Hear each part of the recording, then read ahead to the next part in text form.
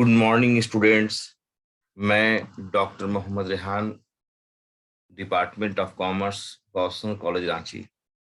आज मैं B com semester 3 का एक पेपर है, human resource paper C7, human resource management, और उसी का चैप्टर है grievance handling and industrial disputes का ऑब्जेक्टिव क्वेश्चन दिखा रहा हूँ। आप सभी स्टूडेंट कॉपी में उतारना स्टार्ट करें और अपने मैंने कोई क्वेश्चन छोड़े नहीं, ठीक है। और कोई मिस्टेक हो तो आप जरूर कमेंट में लिखें। और भी सब्जेक्ट का आपको ऑब्जेक्टिव क्वेश्चन का वीडियो मिलेगा, इनकम टैक्स का, मैथमेटिक्स का, ठीक है। तो बहुत दिनों के बाद मैं फिर एक वीडियो आप लोगों के लिए बना रहा हूँ। HRM का, इससे पहले एम्प्लॉई हेल्थ का एक वीडियो बना था, और अभी मैं ये चैप्टर है grievance handling and industrial disputes का एक वीडियो बना रहा हूँ ऑब्जेक्टिव क्वेश्चन का, ठीक है। तो आप सभी स्टूडेंट कॉपी में लिखना स्टार्ट करें।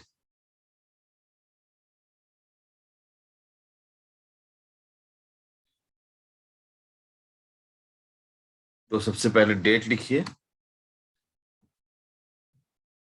और बहुत कम स्टूडेंट्स वीडियो देख रहे हैं या नोट कर रहे हैं, और आप लोग, यही कारण है कि आप लोग को जो एग्जाम में ऑब्जेक्टिव क्वेश्चन दिया जाता है उसमें मिस्टेक कर देते हैं। तो थोड़ा सा वेट करें। डेट लिखिए, आज का डेट क्या है? आज का डेट लिखिए ना। आज का डेट है 16 तारीख। आज का डेट क्या है? 16/5/2022। और सब्जेक्ट आज का क्या देख रहे हैं आप लोग? ये है HRM, है ना, ह्यूमन रिसोर्स मैनेजमेंट। और ये है C7, पेपर C7 है, ठीक है। C5 बिजनेस मैथमेटिक्स है, और C6 इनकम टैक्स है, और C7 7 जो है वो HRM है। और ये B.Com सेम 3 के लिए है, ठीक है।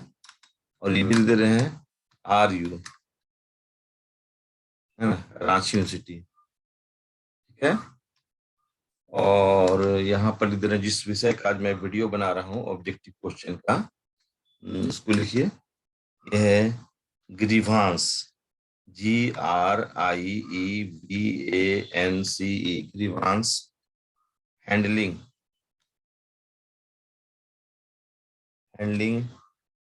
एंड इंडस्ट्रियल डिस्प्यूट्स, ठीक है। और यहाँ पर प्रोफेसर नेम लिख दे रहे हैं जो बना रहे हैं वीडियो।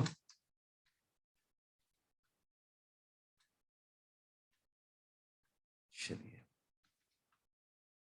लिखना स्टार्ट कीजिए आप स्टूडेंट। उन नंबर में लिख दे रहा हूँ।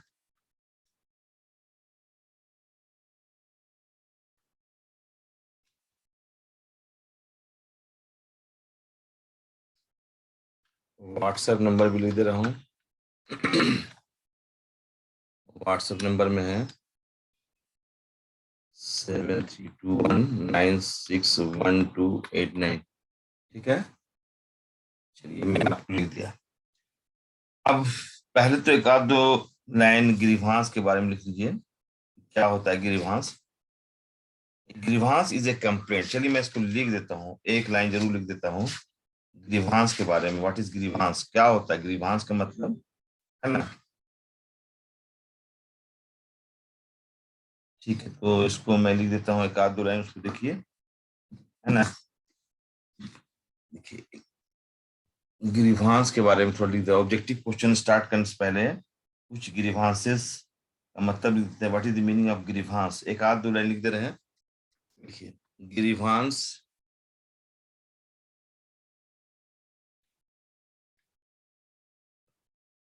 grievances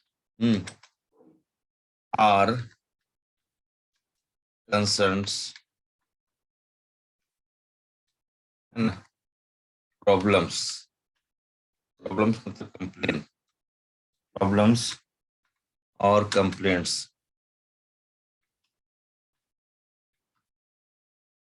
अभी आप क्लास में इसको मैं पढ़ाना स्टार्ट किया हूँ।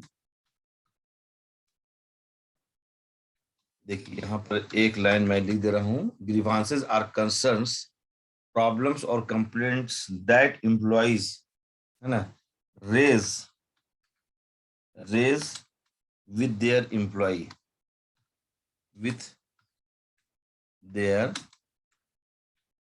एम्प्लॉय, है ना, ठीक है, with their employers, not employee, with their employers, ठीक है, EMPLOYERS, एम्प्लॉयर्स, ठीक है। ये मैंने आपको थोड़ा सा लिख के बताया। ग्रीवांसेस का मतलब, grievances are concerns, problems, problems और complaints that employees raise with their employers. Employee जो है वो कंप्लेन करता है अपनी समस्या को, है ना, अनसेटिस्फैक्ट्री हो रहा है या कोई उसको फ्रस्ट्रेशन में डाला हुआ है, तो वो अपना कंप्लेन को, है ना, अपना ग्रीवांस को रखता है, अपना कंप्लेन को रखता है एम्प्लॉयर के पास, है ना। So a grievance is a complaint. It can be formal, as when an employee files a grievance because of unsafe working conditions, or more of an emotional matter, है ना, like a grievance against an old friend who betrayed you, है ना। तो theory अभी तो मैं नहीं पढ़ाऊंगा, अभी मैं ऑब्जेक्टिव क्वेश्चन को ही बताने का वीडियो बना रहा हूँ, ठीक है। तो क्योंकि टाइम इसमें लगेगा थ्योरी बताने में बहुत सा, थ्योरी का एक अलग टॉपिक रहेगा, क्लास रहेगा, उसका एक अलग वीडियो बनेगा, ठीक है। अभी केवल आप लोग ऑब्जेक्टिव क्वेश्चन को लिखिए, क्या है ग्रीवांस का कॉन्सेप्ट, लिखिए, लिखिए यहाँ पर पहला, पहला objective, hmm, grievances arises, GRIEVANCES, grievances arises, क्यों अराइज होता है ना, वही लिख दे रहे हैं, आउट ऑफ, आउट ऑफ, ठीक है, disagreement, disagreement related to, ठीक है। अब यहाँ पर आपको ऑप्शन में भी लिख दे रहा हूँ, ऑप्शन, ठीक है। ऑप्शन है, आप सुनिएगा ऑप्शन है, पहला ऑप्शन जो है, terms of employment, terms of employment, ठीक है, ये टर्म्स ऑफ एम्प्लॉयमेंट एक, ठीक है। फिर दूसरा B, wage rate, wage rate, C, group,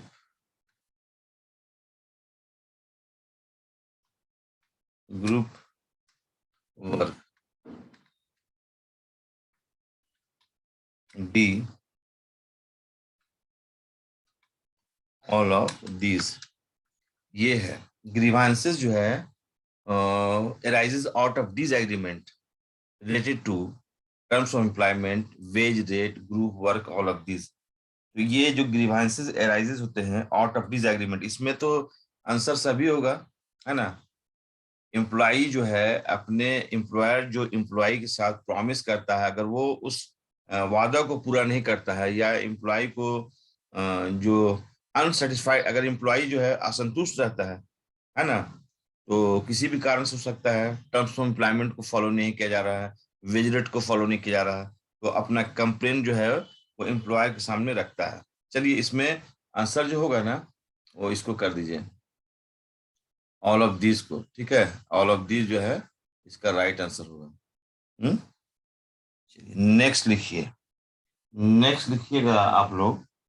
हम्म, ठीक है। हम्म, एक है, मैं इसको मिटा देता हूँ फिर, यहाँ मैं लिख रहा हूँ 2 नंबर, ठीक है। Formal written complaint, formal written complaint of employees is called. देखिए थ्योरी पढ़िएगा ना तो आप अपने से भी बहुत सारा ऑब्जेक्टिव बना सकते हैं, है ना, थ्योरी पढ़ने से ही ऑब्जेक्टिव बनता है। जैसे formal written complaint of employees is called, क्या कहा जाता है? अब 4 ऑप्शन है, उसमें कोई एक ऑप्शन सही रहेगा। हम्म, जैसे है ग्रीवांस स्ट्राइक। दूसरा है ग्रीवांस, ग्रीवांस कांसलेशन।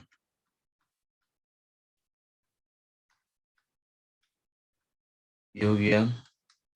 तीसरा है ग्रीवांस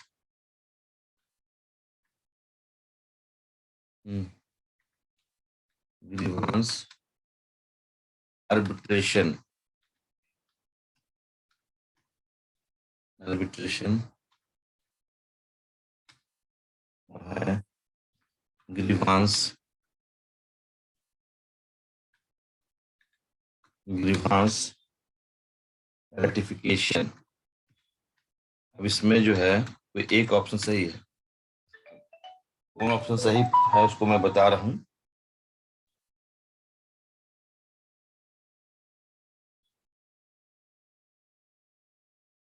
चलिए, तो पहला वाला क्वेश्चन को मैं मिटा दे रहा हूँ, उसको आप लिख लिए ना, अब मैं इसको मिटा दे रहा हूँ। अब आइए दूसरा नंबर को भी आप लिखते जाइए, साथ साथ लिखिए, जल्दी जल्दी होगा और आपको समझ में भी आएगा और याद भी रहेगा। Formal written complaints of employees code क्या कहा जाता है? इसका आंसर जो होगा ग्रीवांस आर्बिट्रेशन, याद रखिएगा, ये वाला आंसर होगा ग्रीवांस आर्बिट्रेशन। मैं हरा पेन से टिक कर रहा हूँ। नेक्स्ट लिखिए।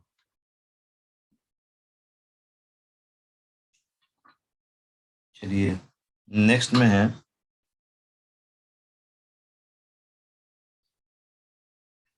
और इस नेक्स्ट क्वेश्चन है थर्ड में, the industrial industrial disputes act came into existence, कब आया था भाई? 4 ऑप्शन है, कोई एक ऑप्शन सही होगा। पहला है 1947, पहला है 1947, दूसरा है 1967, और तीसरा है 1957, और डी है पहला 1977। अभी कब आया था? केम इनटू एक्सिस्टेंस कब, कब इसको लागू किया गया था, इंडस्ट्रियल डिस्प्यूट एक्ट को? तो इसका जो आंसर होगा, पहले मैं मिटा दे रहा हूँ 2 नंबर, आप लिखिए 3 नंबर का आंसर, सही आंसर लिखिए 1947, ये ऑप्शन, पहला ऑप्शन इसका राइट आंसर है ना। अब आइए 4 नंबर में लिख रहा हूँ, 4 नंबर क्वेश्चन, ठीक है, लिखिएगा।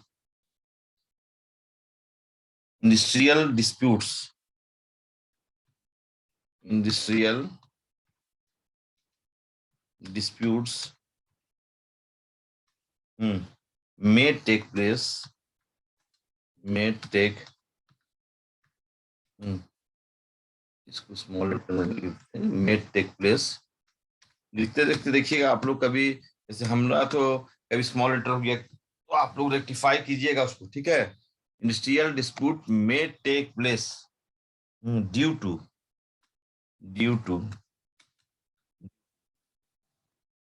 4 ऑप्शन है, इसमें कोई एक ऑप्शन सही होगा।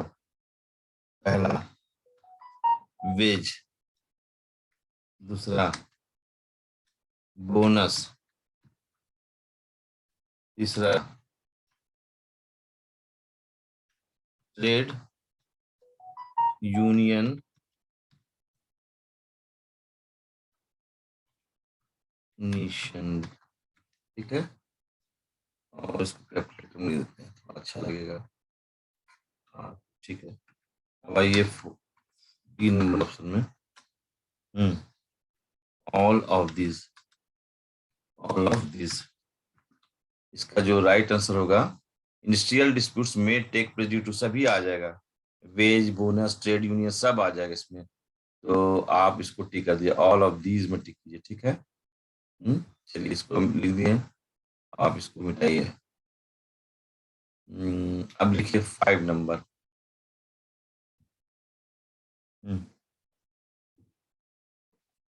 लिखिए लिखिए 5 number. The industrial disputes act 1947 provides the following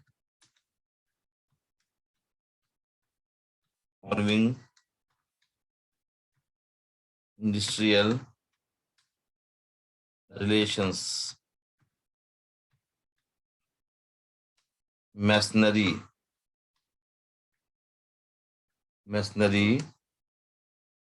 for resolution of conflicts,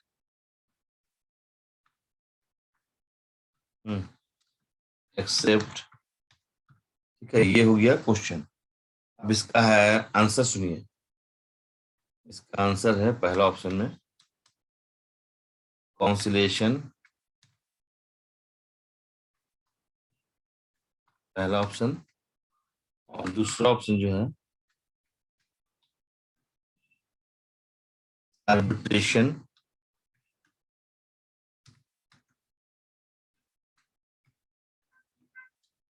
negotiations,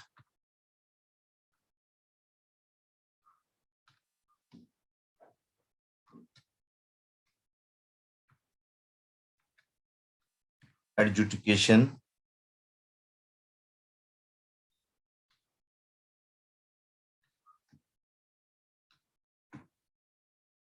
यही है इसका 4 ऑप्शन। इसका राइट आंसर क्या होगा? The industrial disputes act 1947 provide the following industrial relations machinery for resolution of conflicts except, देखिए इसका एक ही answer होगा, तो है कॉन्सलेशन। तो पहले 4 नंबर को मिटाइए, 4 नंबर लिख लिए।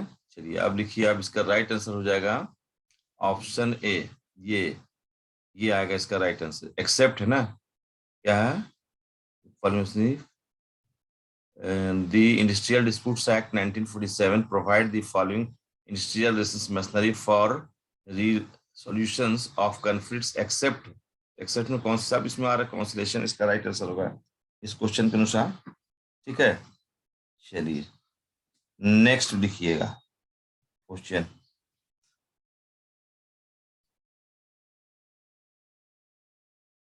चलिए 6 नंबर लिखिए।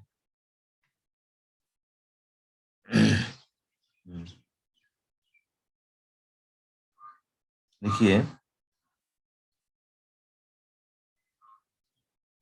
ए dispute a dispute a dispute or disagreement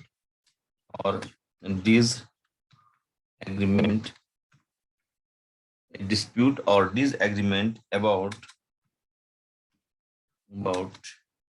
any terms and conditions of employment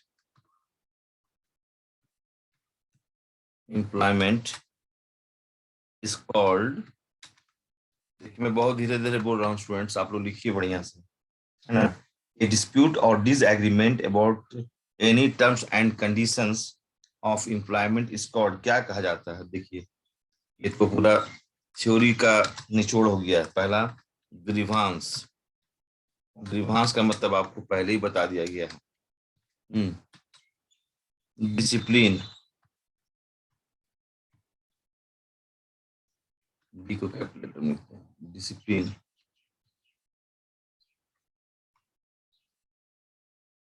चलिए पनिशमेंट, सभी स्टूडेंट उतारिए इसको।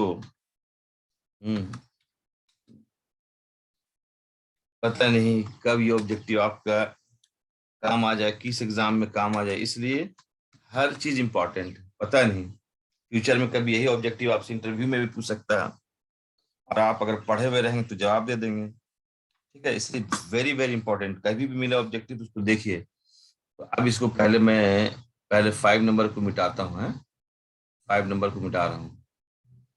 अब आइए इसका आंसर खोजते हैं। सबसे इंपॉर्टेंट जो है डिस्प्यूट, डिस्प्यूट क्यों होता है ना।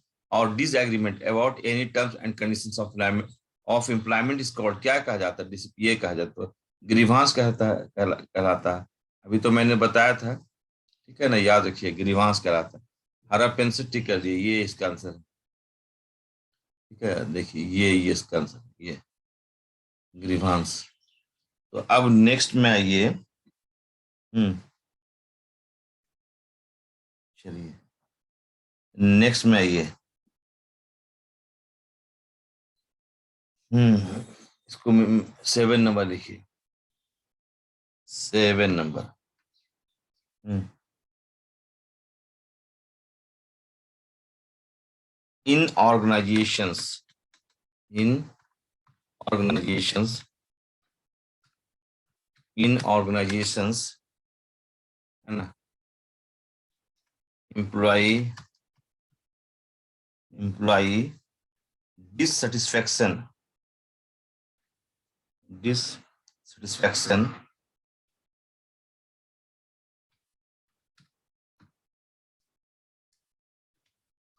इन ऑर्गेनाइजेशंस, एम्प्लॉय डिससेटिस्फैक्शन, DIS, यहाँ मिस्टेक हो गया है, DIS, है ना।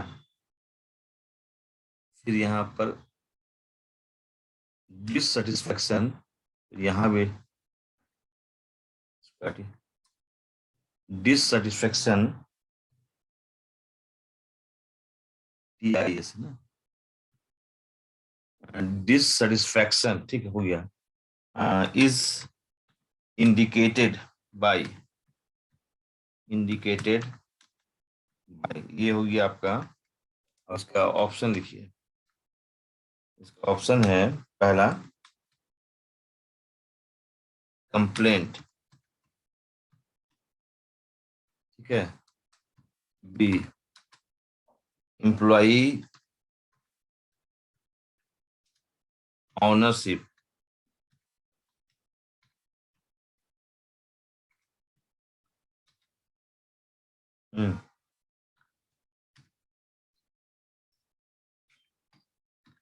ग्रीवांस,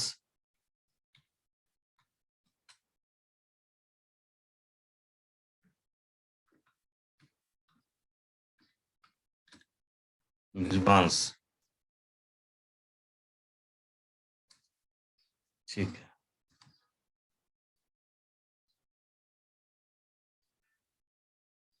एक मिनट, पहला क्या लिखा गया, कंप्लेंट। दूसरा क्या लिखा गया, एम्प्लॉय ऑनरशिप।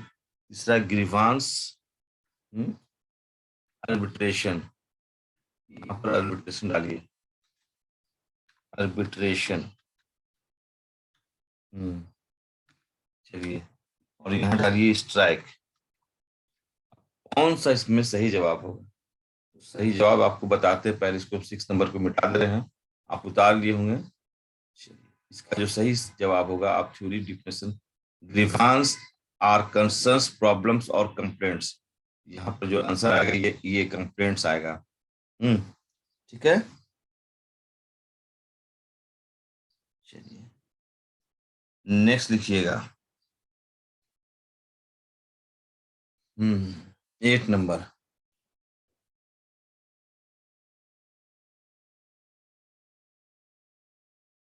8 नंबर में लिखवा रहा हूँ। दी industrial employment the Industrial Employment Act came into existence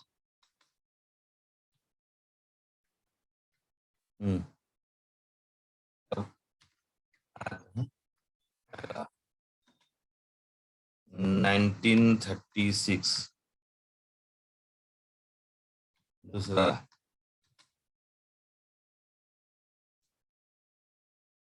1946। तीसरा 1956।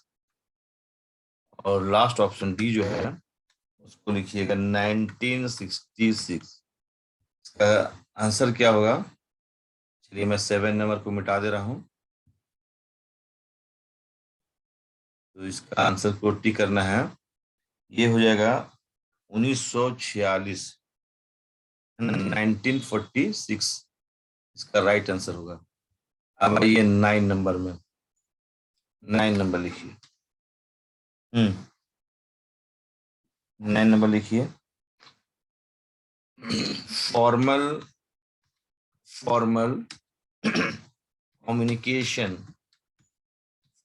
Communication channels that are used to resolve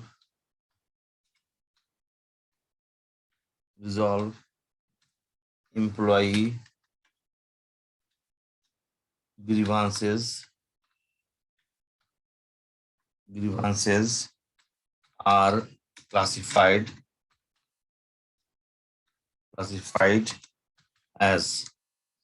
ठीक है, अब 4 ऑप्शन मैं आपको दे रहा हूं, सुनिएगा। पहला है ग्रीवांसेस,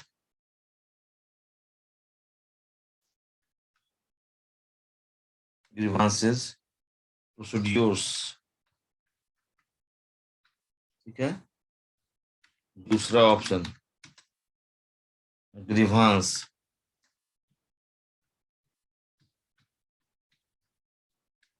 रेटिफिकेशन।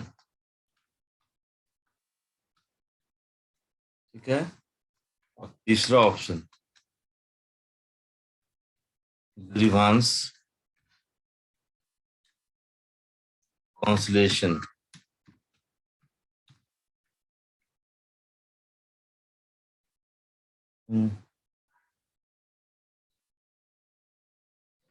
और जो लास्ट ऑप्शन है वो है ग्रीवांस आर्बिट्रेशन।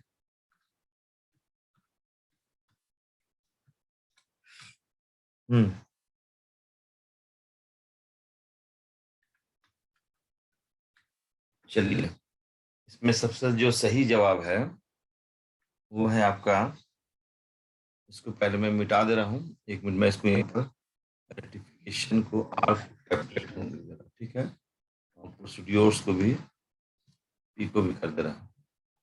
चलिए अब इसको मैं मिटाता हूँ 8 नंबर को।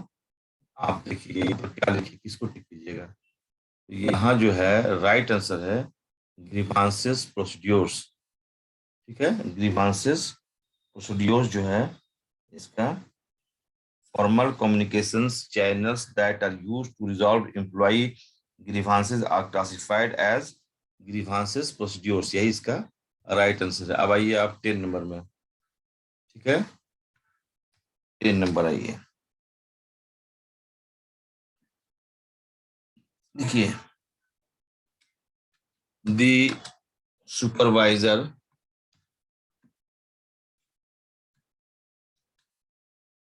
must give his answer.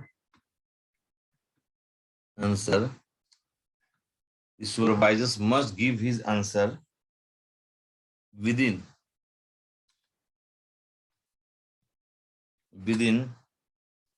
dash dash dash dash hours of the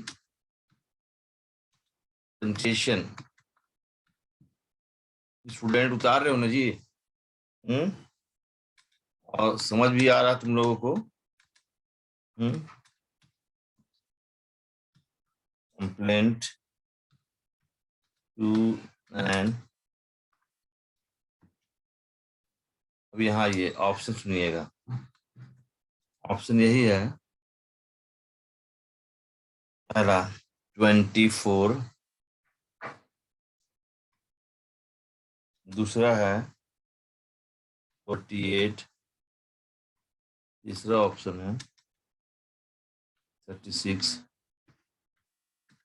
और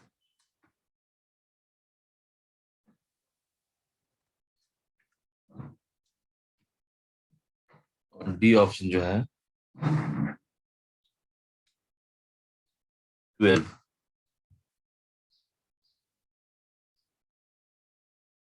इसमें से जो राइट आंसर है,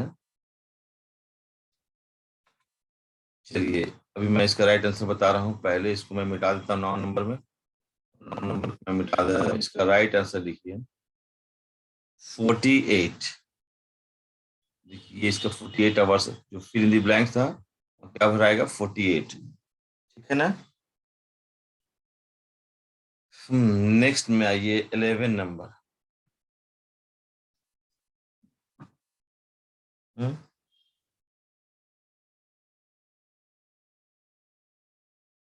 देखिए, विच among the following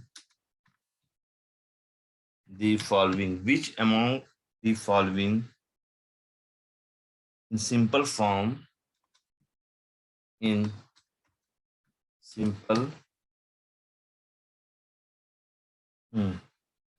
form of penalty for indiscipline, indiscipline, discipline, which among the following in simple form of penalty for indiscipline, एक question mark है। और option सुनिए, पहला ऑप्शन में है पनिशमेंट, पहला ऑप्शन नहीं, एक minute, which among the following in simple form of penalty for indiscipline. इसका लिखिए, पहला ट्रांसफर, दूसरा सुपरविजन, तीसरा डिसिप्लिन, डी डिसमिसल, डिसमिस करना है, DISMISSAL, डिसमिसल। तो इसका जो राइट होगा, बोलता है which among the following is simple form of penalty for indiscipline, indiscipline in which among the following is simple form of penalty for indiscipline। नहीं, यहाँ सुपरविजन नहीं है, गलती से सस्पेंशन कर दीजिए, गलती ऑप्शन गलत होगा, सस्पेंशन कर दीजिए, सस्पेंड कर देना, सस्पेंशन सबसे सिंपल। अगर कोई इनडिसिप्लिन वर्क होता है तो क्या उसको सजा दीजिए, ट्रांसफर, डिसिप्लिन, डिसमिसल से सबसे सिंपल फॉर्म क्या है? सबसे सिंपल फॉर्म सस्पेंशन है। तो आइए पहले इसको मिटा दीजिए 10 नंबर को। चलिए 10 नंबर को मिटा दिया गया। इसका जो राइट आंसर होगा वो होगा आपका सस्पेंशन, ये इसका राइट आंसर है, ठीक है? राइट आंसर क्या है? सस्पेंशन, है ना? ठीक है ना? देखिए नेक्स्ट 12 नंबर।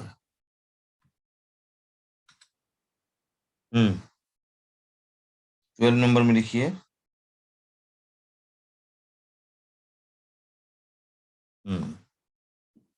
देखिए ए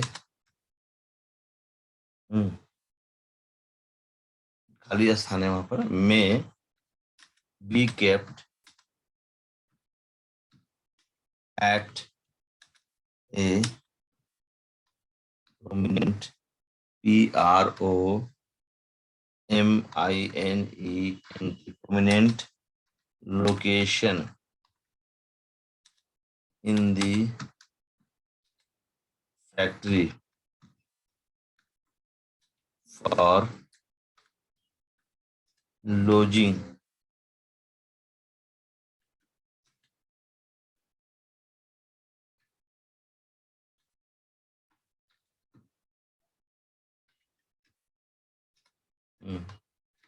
complaints pertaining to any aspects relating, लिख रहे स्टूडेंट ना, टू वर्क। चलिए अब इसका ऑब्जेक्टिव ए लीजिए, ए लिखिए कंप्यूटर, ठीक है। दूसरा ऑब्जेक्टिव है कपबोर्ड से,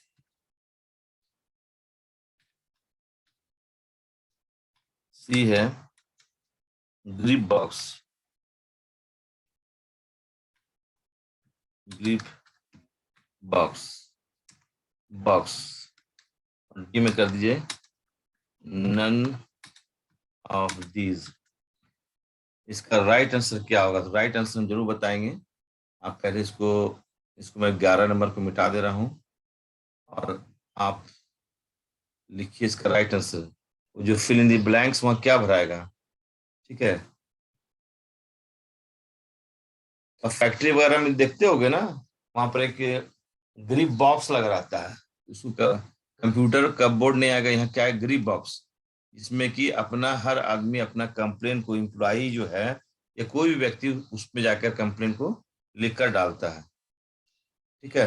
ये ग्रिप बॉक्स उसका राइट आंसर है, ठीक है। समझ में आ गया बात ना, नहीं समझ में आया, ठीक है। अब आइए आप लोग 30 नंबर, 30 नंबर देखिए दी modulation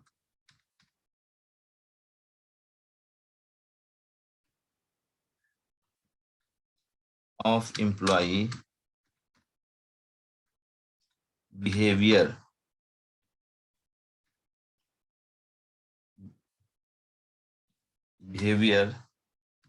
to produce desired performance, ठीक है, is called, ठीक है, is called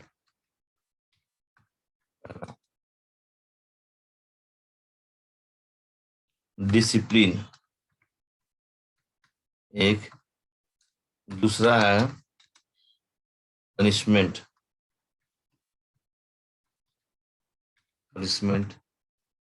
तीसरा है ग्रीवांस।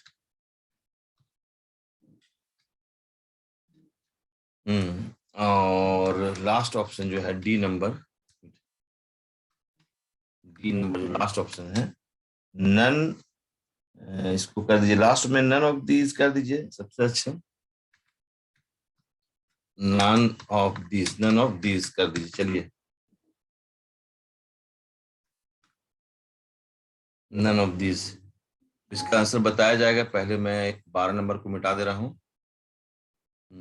अब लिखिए इसमें क्या होगा, the modulation of employee behaviour to produce desired performance is called, क्या कहलाता है? इसका जो सही आंसर होगा वो है डिसिप्लिन। देखिए यहाँ पर हो जाएगा डिसिप्लिन में टिक कीजिए, हरा पेन से मैं टिक कर दे, देखिए ये इसका राइट आंसर होगा, जो हरा पेन से टिक किया हुआ वही राइट आंसर। ठीक है ना? नेक्स्ट लिखिए। नेक्स्ट पॉइंट लिखिए, 14 नंबर, 14 नंबर। लिखिए, grievances, grievances procedures are based on the principle of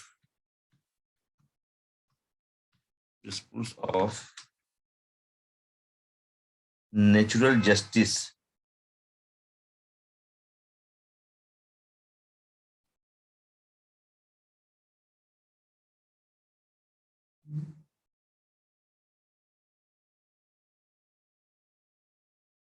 अच्छा, grievances procedures are based on the principles of natural, है ना? अब यहाँ ऑप्शन लिखिए, इसको ऑप्शन को नीचे कर लेते हैं। A, justice, B, B, B में लिखिए principle, C procedure, D commitment, commitment. Grievances procedures are based on the principles of natural justice होगा इसका आंसर। क्या होगा? जस्टिस, ये इसका राइट आंसर। चलिए इसको मिटाइए। स्टूडेंट पढ़े कम, खाली स्क्रीनशॉट ही लेते रहेगा, उतारेगा नहीं, मेहनत नहीं करना चाहता, है ना? ये ऑब्जेक्टिव पता नहीं आपके जीवन में कब काम देगा, हमें भी नहीं मालूम है। हम जो पढ़े थे वो आज हमें काम दे रहा है, उसी तरह से कोई भी चीज आपका वेस्टेज में नहीं जाएगा। आप स्टडी कीजिए, फ्यूचर में काम देगा। पता नहीं कहाँ पर काम देगा, इंटरव्यू बोर्ड में देगा या एग्जामिनेशन में देगा, कहीं पर भी तो काम देगा जरूर। इसलिए आप ऑब्जेक्टिव का एक कॉपी अलग बना लीजिए, उसमें केवल ऑब्जेक्टिव रहेगा। एक थ्योरी का अलग कॉपी बनाइए, ऑब्जेक्टिव का अलग। उसमें क्या होता है, एग्जाम के दिन में देखने में आपको और याद करने में या समझने में बहुत आसानी होता है। ठीक है ना? ऑब्जेक्टिव का कॉपी ही एक अलग बना लीजिए आप। ठीक है, चलिए।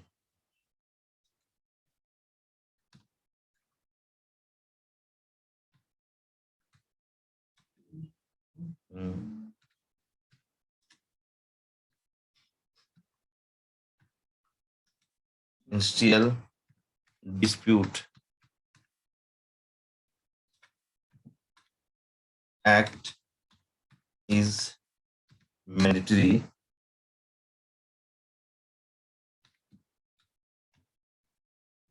where the number of employees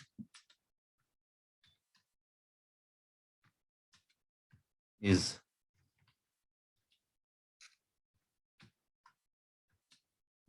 1000, है ना? बी 100, कहाँ कंपलसरी है? तो 500, डी 250, कहाँ कंपलसरी है? Forming of a works committee under the Industrial Dispute Act is mandatory where the number of employees is। इसका आंसर अभी मैं आपको बताता हूँ, थोड़ा सा इसको पहले करेक्शन कर देता, डब्लू को सही कर देता। ठीक है, चलिए इसको पहले मिटाता हूँ। 14 नंबर, इसका जो राइट आंसर होगा वो क्या होगा स्टूडेंट, है ना? जहाँ 100 होना चाहिए मिनिमम, 1100।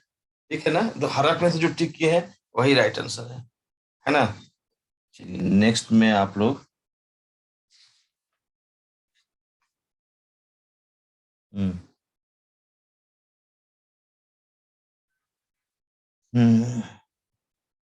तो लिखना स्टार्ट कीजिए। एक और क्वेश्चन मैं आपको दूंगा, 16 क्वेश्चन हो जाएगा ना। चलिए, इसको मैं 16 नंबर मैं लिख रहा हूँ, आप लिखिए 16 नंबर। ठीक है, सिचुएशन देखिए, situation in which disputes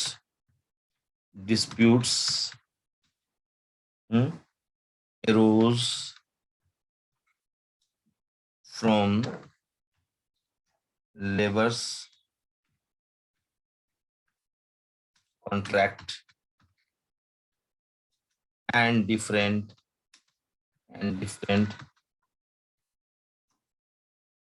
interpretations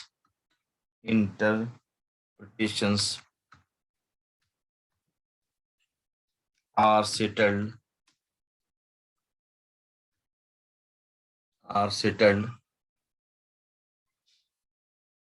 hmm, by third party is called क्या कहलाता है? पहला ऑप्शन ए में लिखिए,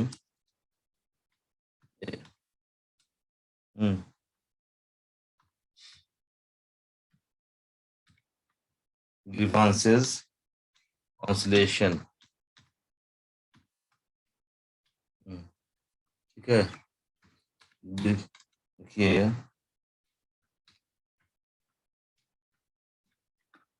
grievances procedures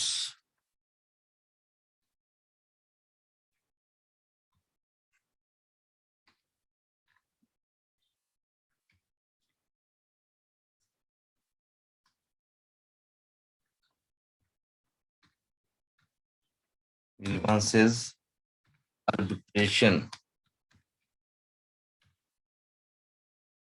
यहाँ पर ए को भी कैलकुलेटर में दे रहा है। ठीक है, और डी जो है grievances rectifications। इसका राइट आंसर मैं बता रहा हूँ, पहले इसको मैं मिटा दे रहा हूँ। ठीक है, चलिए इसका राइट आंसर को मैं भी आपको बता रहा हूँ। Situation in which arose from labor's contract and different interpretations are settled by third parties called। इसका सही आंसर होगा arbitration। क्या होगा स्टूडेंट? arbitration लिखिए, इसका राइट आंसर होगा। तो इस तरीके से मैंने grievances handling and industrial dispute से आपको कुछ 16 ऑब्जेक्टिव लिखवाया। आप सभी स्टूडेंट ऑब्जेक्टिव को लिखिए अपने कॉपी में, और ऑब्जेक्टिव कॉपी ही अलग कर दीजिए हर विषय का। जैसे इनकम टैक्स का अलग कर दीजिए, मैथमेटिक्स का अलग कर दीजिए, और ह्यूमन रिसोर्स मैनेजमेंट का भी अलग कर दीजिए। मैं कोशिश करूंगा कि हर विषय का ऑब्जेक्टिव आपको दे सकूं। केवल सेमेस्टर 3 के स्टूडेंट्स का ऑब्जेक्टिव नहीं बनाना है ना, और भी है, सेमेस्टर 5 का है, सेमेस्टर 6 का है, एमकॉम के स्टूडेंट्स लोग का भी ऑब्जेक्टिव क्वेश्चन बनाना है। वे लोग भी तो बोलते रहते सर बना दीजिए। हमने ठीक है, बना के देता हूँ, ऑब्जेक्टिव क्वेश्चन उसको लिखिए, है ना। और ऑब्जेक्टिव क्वेश्चन का इम्पोर्टेंस बहुत है, और ऑब्जेक्टिव क्वेश्चन वही स्टूडेंट सही करेगा जो थ्योरी को डीपली स्टडी किया है। तो ये तो स्टार्टिंग है। जैसे कि नेट का जो एग्जाम होता है उसमें थ्योरी का इम्पोर्टेंस बहुत है। थ्योरी जिसका अच्छा से समझा हुआ रहेगा वो 100% ऑब्जेक्टिव सही करेगा। ठीक है, तो चलिए मैं कोशिश कर रहा हूँ आपको समझाने के लिए, और भी इसके बाद बेटर बेटर तरीके से समझाने की कोशिश करूंगा। अभी फिलहाल आप 16 ऑब्जेक्टिव लिखिए इस चैप्टर का, है ना। और फिर नेक्स्ट चैप्टर का वीडियो बनाऊंगा, इनकम टैक्स का भी वीडियो बनेगा, है ना। थोड़ा टाइम तो देना पड़ेगा आप लोगों को। Okay, thank you to all students.